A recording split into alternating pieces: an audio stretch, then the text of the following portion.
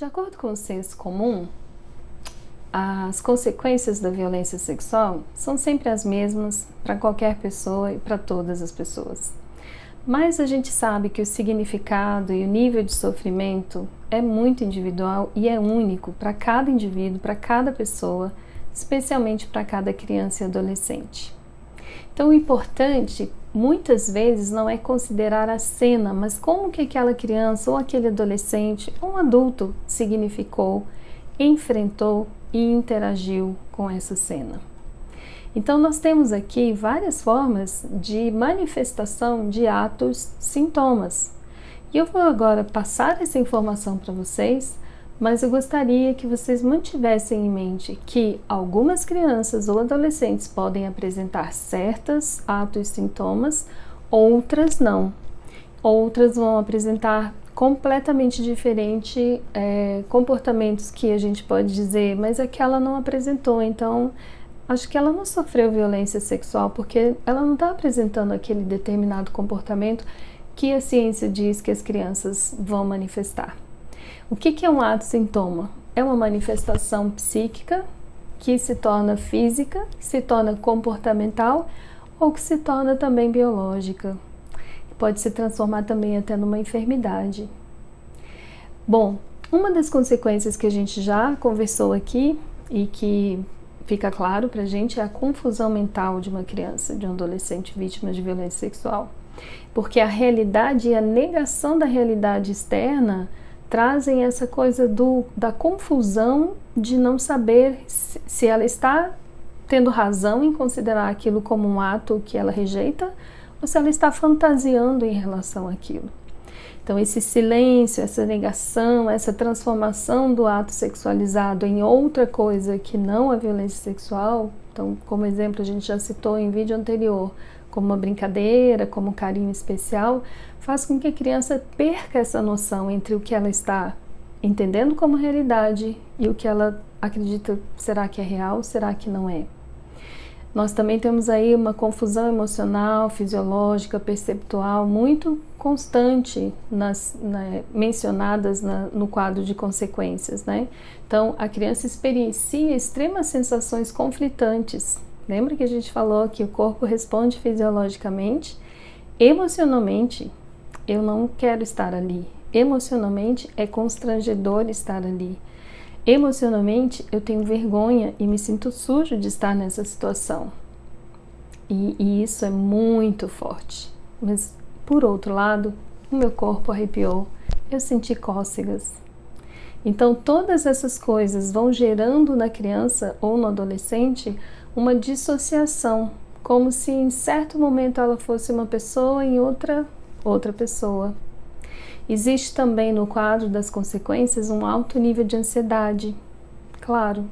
Por quê? Porque o desamparo e a incapacidade de deixar a cena é premente numa situação de violência sexual contra criança e adolescente. Mesmo que seja a incapacidade de deixar a cena porque vai entristecer a pessoa que ela ama ou que diz amá-la tanto.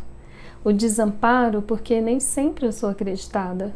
O desamparo porque mesmo quando eu trago uma revelação, pode ser que aquilo não seja levado em conta e eu permaneça desprotegida. Então, é muito comum que o nível de ansiedade de uma vítima de violência sexual se eleve alto de forma significativa.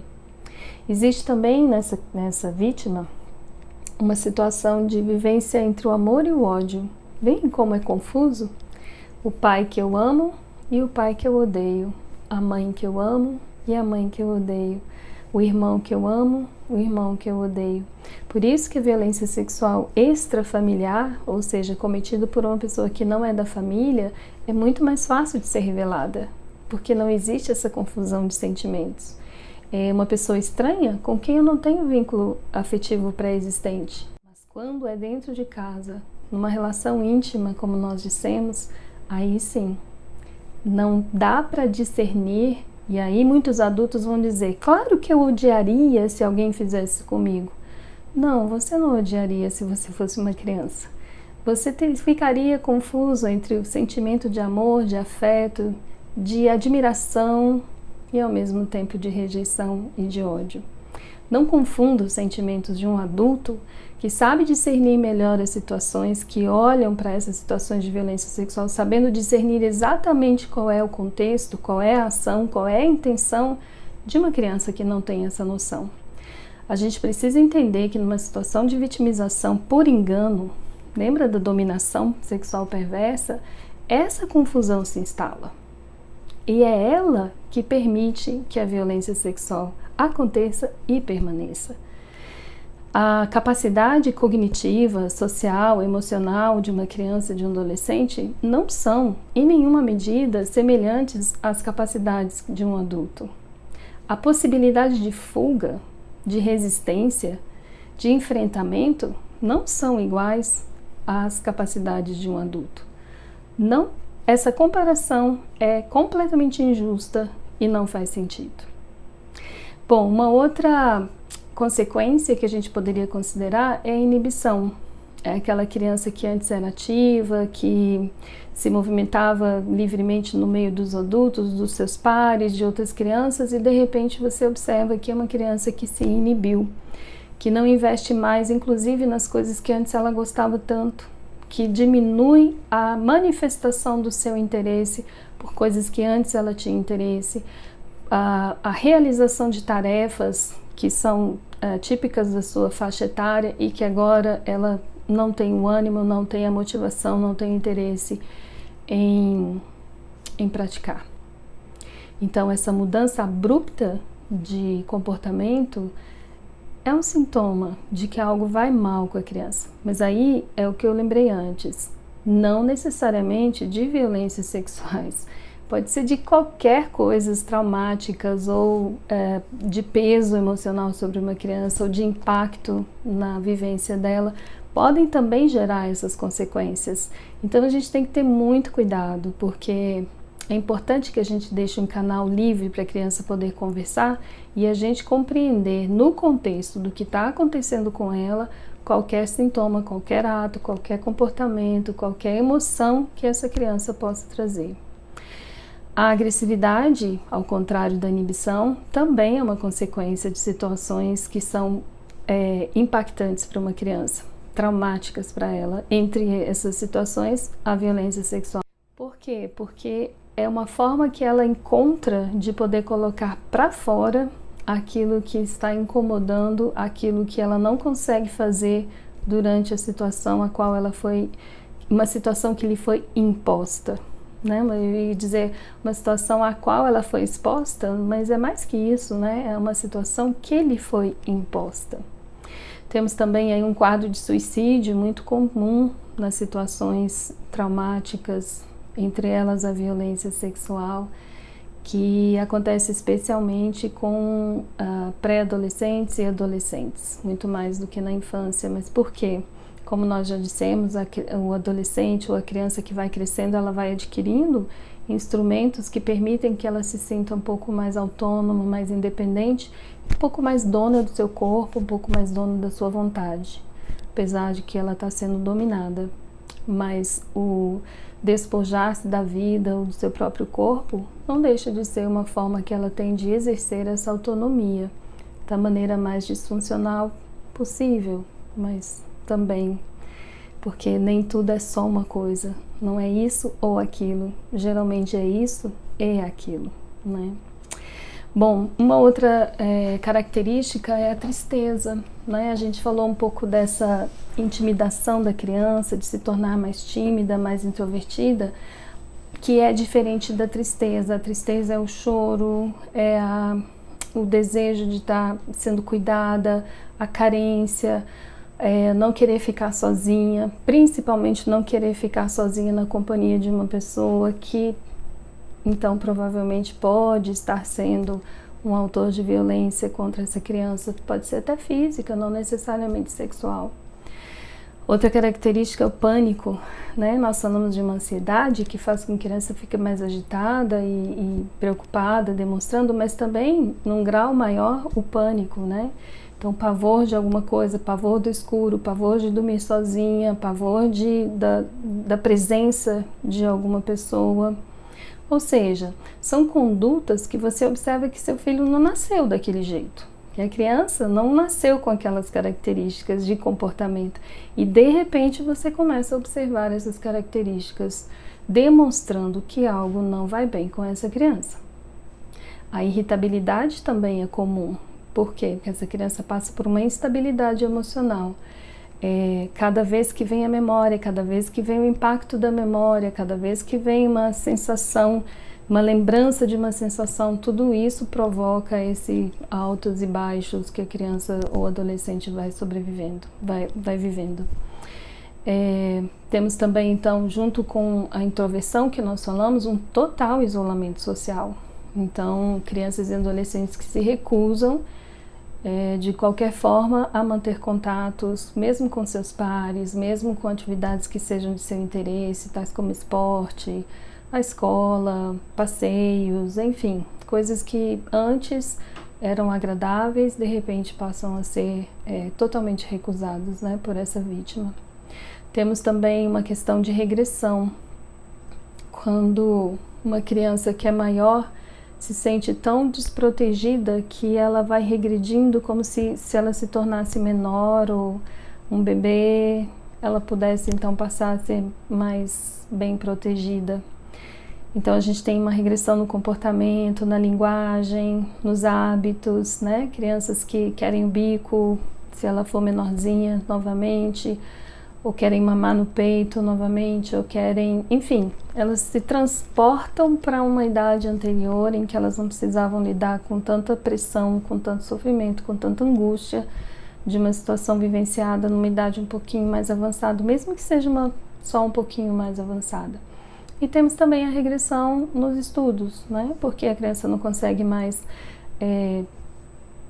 concentrar, não consegue mais ficar quieta, a ansiedade, a agitação, a irritabilidade, tudo isso vai fazendo com que essa criança não consiga parar quieta ali. Então, comportamentos disruptivos, comportamentos mais agressivos, tudo isso vai se manifestando especialmente na escola.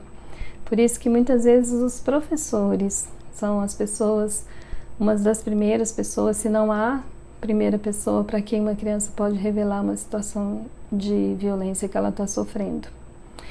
Agora, existe uma consequência que geralmente a gente considera como sendo específica do quadro de violência sexual. Como eu disse para vocês, cada criança, cada sujeito vai apresentar uma ou outra consequência e não necessariamente isso tem que ser igual. Então nós não podemos dizer que uma vítima de violência sexual sempre vai se tornar agressiva. Essa criança está dizendo que foi vítima de violência, mas ela não mudou o comportamento para agressividade, então ela não foi abusada sexualmente. Lembram que eu disse para vocês que existem vínculos afetivos pré-existentes e a dissociação da figura do pai, do querido, da mãe, do especial, do cuidador, da figura autora de violência sexual? Muitas vezes essa criança vai manifestar o carinho, ou o desejo de estar junto com aquela pessoa que é a cuidadora, com aquela outra circunstância, com aquele outro tipo de cuidado. Então a gente também precisa levar em consideração que o fato de uma criança estar sendo violada sexualmente não vai se demonstrar simplesmente pela total rejeição da criança em relação ao autor de violência. E então, como eu ia dizendo, uma característica, uma consequência que a gente considera como bem específica de natureza da violência sexual é a forte sexualização da criança. Então, é como se fosse uma formação de hábito. Então, você tem crianças de 2, 3 anos que não têm muita noção do seu entorno, da sensação de vergonha e que às vezes começam a se masturbar compulsivamente, começam a querer tocar nos órgãos sexuais de um adulto sem limite, a erotização das relações de afeto, então uma criança que senta no colo e quer beijar na boca, enfim, são situações que você verifica que a criança não tinha aquilo como comportamento porque não faz parte do desenvolvimento da faixa etária dela de sexualidade. E geralmente uma criança, ainda que ela tenha curiosidade em relação ao seu corpo, ela vai desenvolver essa prática, essa tentativa de satisfação dessa curiosidade com seus pares. Por isso que a gente tem na escola crianças que se olham, que se observam, irmãos que se observam, a brincadeira antiga da salada de fruta, né? Para quem conhece essa brincadeira, são coisas que vão ao encontro de uma curiosidade ou de uma faixa de desenvolvimento da sexualidade, mas que a gente sempre desenvolve com os nossos pares e não necessariamente com as figuras representativas da nossa vida que exercem uma função e que são para nós autoridade e a quem a gente está submetido hierarquicamente. Então, muito cuidado quando a gente observa essa sexualização exacerbada, fora do contexto, fora da faixa etária, fora daquilo que é característico de cada faixa etária. Eu poderia falar sobre isso, mas aí vão ser muitos vídeos e isso aí a gente pode procurar em outras formas, outras fontes. Mas é muito importante que a gente fique atenta para isso. Ao invés de chamar essa criança de sem vergonha, ou de criança que, como eu vi nas redes sociais, está doida para dar, está doida para ter o neném, a gente precisa entender que essa sexualização, ela acabou sendo despertada de forma inconveniente, de forma exacerbada, de forma disfuncional, exatamente porque despertou na criança, antecipou, na verdade, a palavra é antecipar, antecipou na criança os processos e as fases que deveriam ter sido devidamente respeitadas, devidamente atendidas, orientadas e vividas de forma totalmente natural. E então esse avanço, essa aceleração, pular as etapas desse desenvolvimento faz com que a criança comece a exercer uma sexualidade não compreendida, exercer uma sexualidade sem a participação cognitiva para aquilo e a participação fisiológica também. Então, o conhecimento sexual inadequado para a idade. E aí é importante que a gente entenda que a sexualidade não é algo que desponta na gente quando a gente faz 12 anos ou 18 anos. A sexualidade é algo que começa a se desenvolver no bebê. E existem as fases específicas e que a gente sabe que é uma curva padrão, vamos dizer assim, daquela experimentação, eu vou tirar essa parte da curva padrão.